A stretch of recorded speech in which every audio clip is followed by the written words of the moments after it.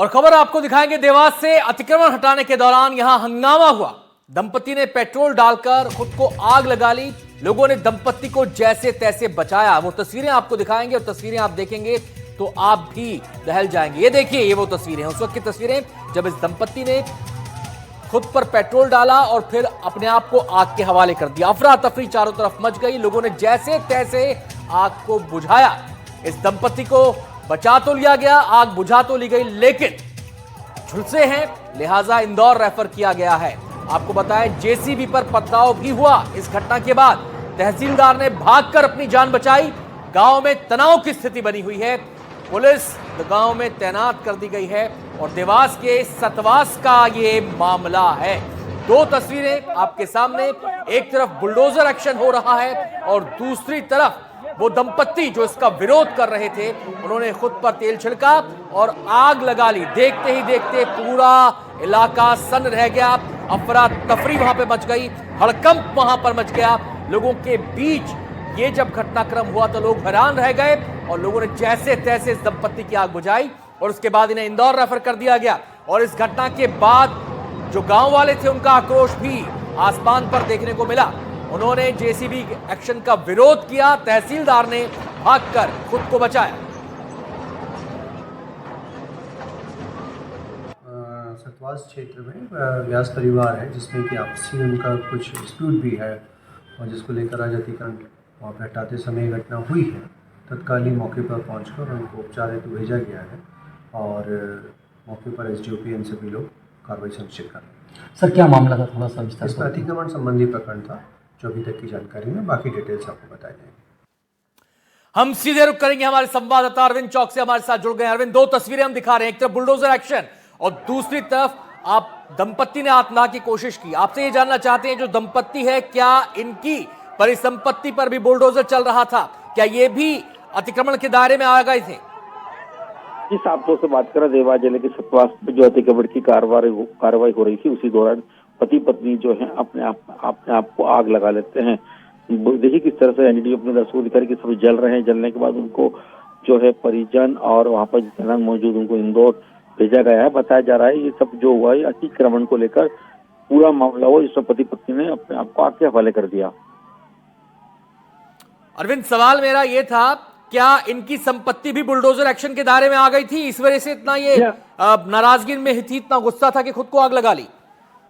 जी, साफ तौर से जो उनकी बाहर का जो होता है, बाहर की रोड से लगी हुई जो उनकी संपत्ति थी उस पर वो अतिक्रमण में आ रही थी। बार बार इनको नोटिस दे रहे थे, लेकिन ये समझ लें जैसे आज बुलडोजर गया वैसे ही तो तुरंत उन्होंने अपने आप को आग के हवाले किया।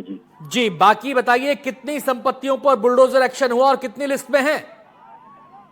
साफ तौर से बात करूं, जब जिस शहर का विकास होता है तो अतिक्रमण हटाया जाता है। यही सतवास का विकास जब होने जा रहा था तो कई जो मकान है वो अतिक्रमण भी चपेट में आ रहे थे। शुक्रिया अरविंद, आपका बहुत बहुत इस जानकारी के लिए।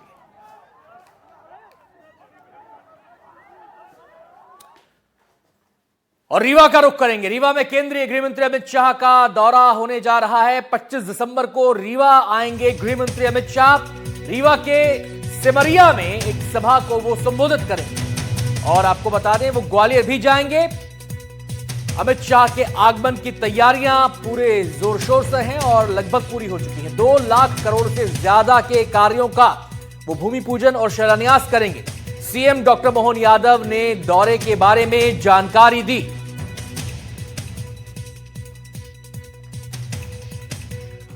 मध्यप्रदेश की धरती पर यशस्वी गृह मंत्री आज रात्रि में ग्वालियर पधार रहे हैं।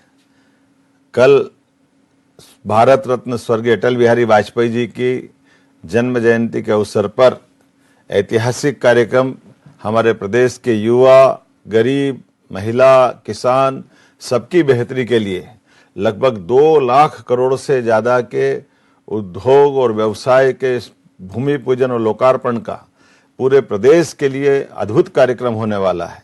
और ये हमारे वर्ष 2025 के उस संकल्प का भी प्रतिमान रहेगा जब हमने कहा था कि ये उद्योग और रोजगार वर्ष रहेगा। इसलिए राज्य में, राज्य के बाहर और विदेश में हर जगह हमने राज्य के रोजगार के अवसर उपलब्ध कराने के लिए समस्त निवेशकों से, उद्योगपतियों से कहा था मध्य प्रदेश की सरकार हमारे राज्य में सभी प्रकार के उद्योग धंधे चलाने के लिए आप सबका स्वागत करती है। छत्तीसगढ़ के प्रसिद्ध कवि, कथाकार और उपन्यासकार विनोद कुमार शुक्ल आज पंचतत्व में विलीन हो गए। उनका अंतिम संस्कार रायपुर के मारवाड़ी शमशान घाट में हुआ। बेटे शाश्वत ने उन्हें मुखाग्नि दी, जबकि मुख्यमंत्री साय ने पार्थिव शरीर को कांधा दिया।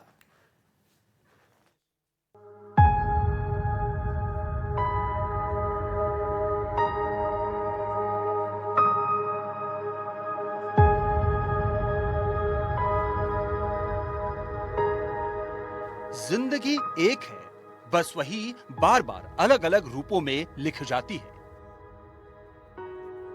विनोद कुमार शुक्ल चले गए, लेकिन उनकी कही ये बातें आज भी जिंदा हैं।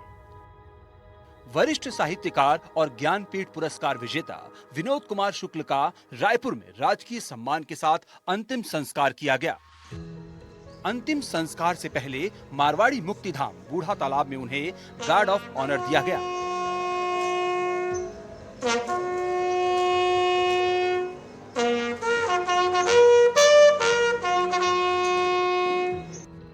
विनोद कुमार शुक्ल के निधन की खबर के बाद सीएम विष्णुदेव साय भी उन्हें श्रद्धांजलि देने उनके घर पहुंचे।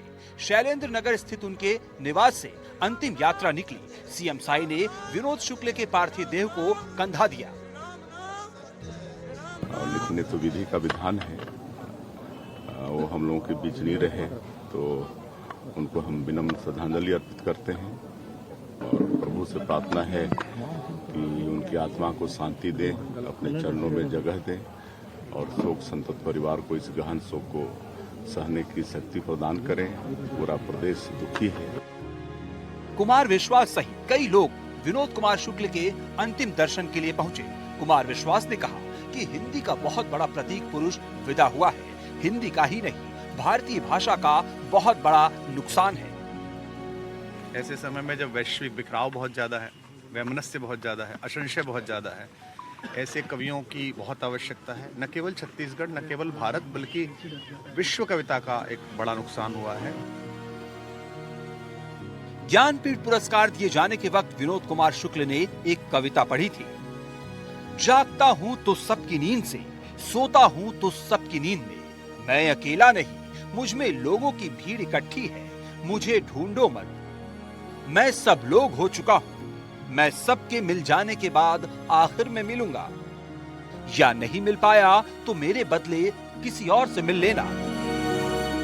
लेकिन सच तो यही है कि किसी दूसरे से मिलना दूसरे से मिलने की तरह होगा, विनोद कुमार शुक्ल से मिलने की तरह नहीं।